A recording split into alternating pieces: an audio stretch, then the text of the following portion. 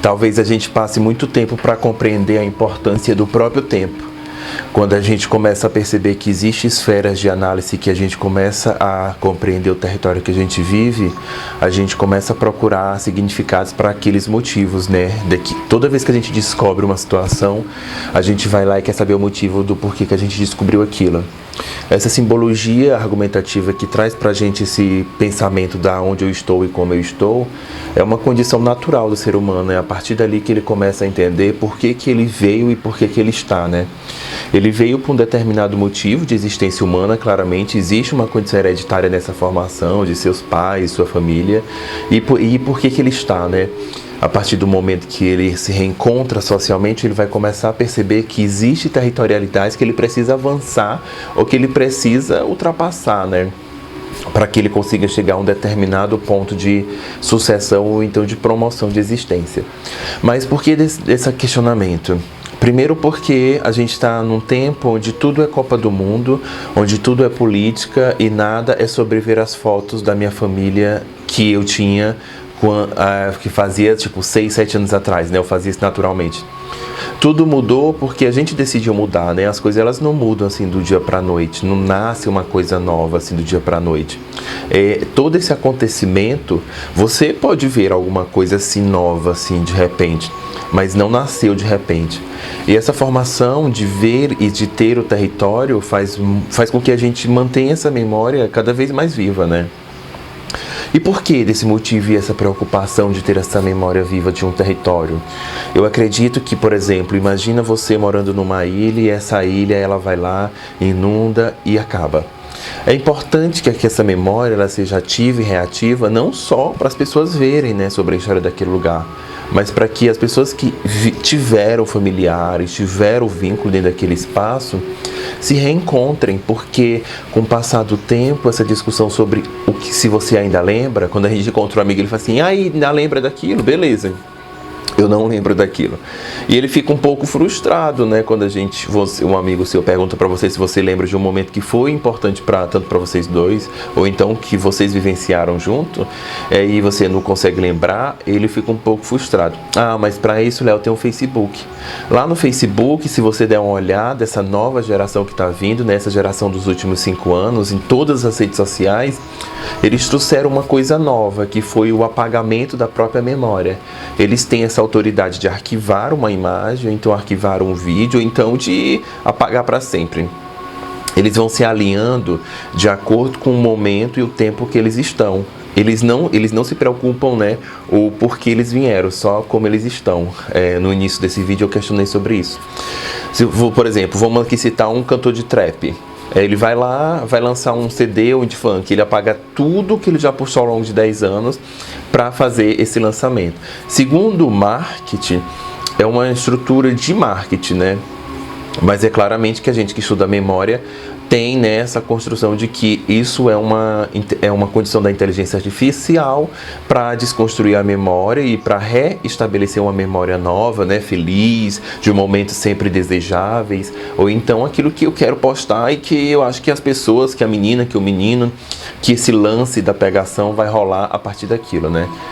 E funciona assim hoje em dia a vida. A vida, ela tem uma preocupação bem pequenininha com o que eu vou deixar e mais do que eu sou, né? As pessoas realmente estão vivendo aqui e agora e foda-se o resto do mundo, né? E foda-se toda essa situação. O que não é proibido, mas é preocupante, né? Porque se existe uma grande massa de apagamento de memória dessas pessoas, por mais que a gente saiba que a tecnologia, que as redes sociais são volúteis, né? Então a gente sabe que elas podem em algum momento se fragmentalizar e se perder durante esse processo de evolução humana, né? Mas é importante a gente compreender que esse espaço-tempo é necessário, sabe? As fotos que você tem do seu filho de 3 meses, 4 meses, 5 meses, que você tem sua numa viagem que você acha que é inesquecível, ou então de sua mãe abraçando você e você já não tem mais sua mãe, tudo isso é um mecanismo de memória, né? A memória ela é muito mais do que acessar aquilo que eu quero, mas é acessar aquilo que você precisa entender e formalizar, né, diariamente. E eu acabei de sair de uma apresentação do ENDES, que é o Encontro Nacional de Identidade e Subjetividade. Eu trouxe exatamente essas colocações, né? Porque é necessário a gente compreender que, por exemplo, a memória ela fica armazenada em diversas partes do cérebro, né? Mas é a partir de uma caracterização ou então de uma influência lá no hipocampo que ela vai construindo, né? Que ela vai sendo evocada. Aí, a partir disso, ela é capaz de construir novos neurônios. Eu vou explicar de uma maneira mais didática. Imagina que você, por exemplo, está num domingo, terminou de almoçar e subiu para o quarto da sua mãe, e sua mãe pegou o baú antigo lá, como sempre fazem as mães, as vós, as tias, né, e começou a te mostrar umas fotos. Quando você ver, por exemplo, uma festa de aniversário sua que você acha que para você vai te trazer uma condição emocional ou uma nova forma de ver a vida, aquilo é a memória.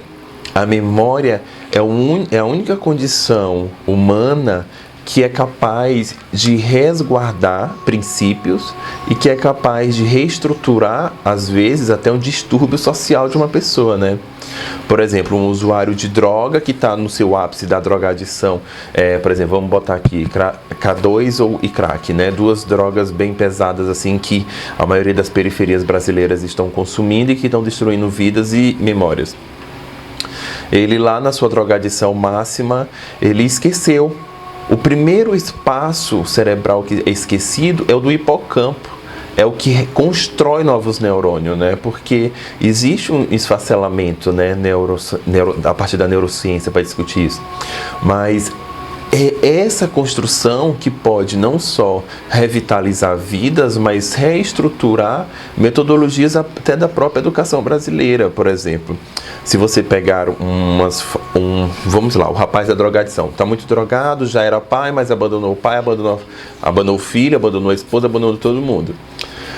Quando ele entra numa comunidade terapêutica, dentro desse processo psicológico, se a psicóloga trazia umas fotos para ele ver de momentos importantes que ele viveu, nunca fizeram isso, tá? Eu estou propondo aqui nesse vídeo que isso seja uma metodologia de acesso de vivência, mas nunca foi feito isso pelas pesquisas que eu já fiz. E quando ela traz dentro das comunidades terapêuticas, né? Quando ela traz essas fotos de memória, eu estou falando isso por vivência própria, tá?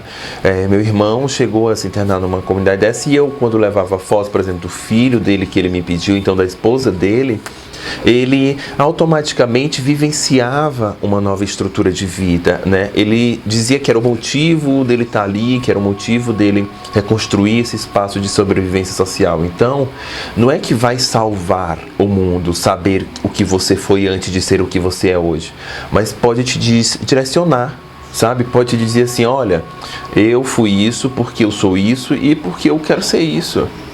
Quando eu vi um vídeo na internet de um professor que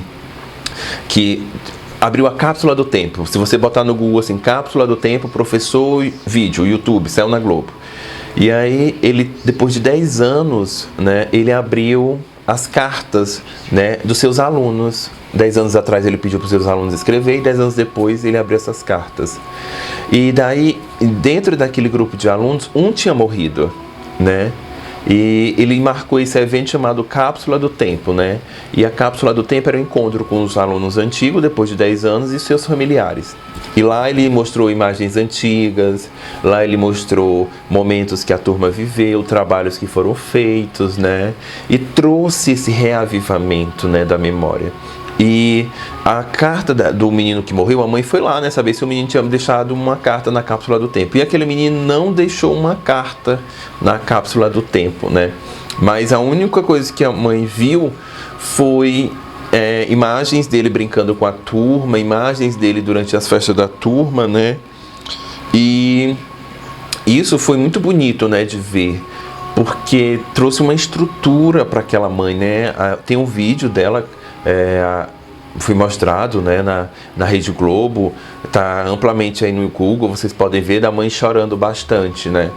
O choro da mãe é uma identidade não da saudade, mas da memória do filho. A importância de ter esse espaço de memória no plano terrestre é mais do que necessário, é vital. é como se fosse o oxigênio da vida, né? Você precisa dizer para os seus filhos que você também jogou bola, que você usou o campinho da sua comunidade, que você conseguiu seu primeiro carro aos 10 anos e que tem uma foto. Isso é importante, né? Porque essa memória, ela reativa sonhos, ela reativa esse hipocampo, né? Se tratando de condição neurocerebral, e faz com que as pessoas se encontrem. Às vezes as pessoas, como o próprio Criolo diz, né? As pessoas, elas não são más, elas só estão perdidas. E 86% dessa perca que as pessoas têm tem uma ligação muito direta com a lembrança de quem elas já foram um dia.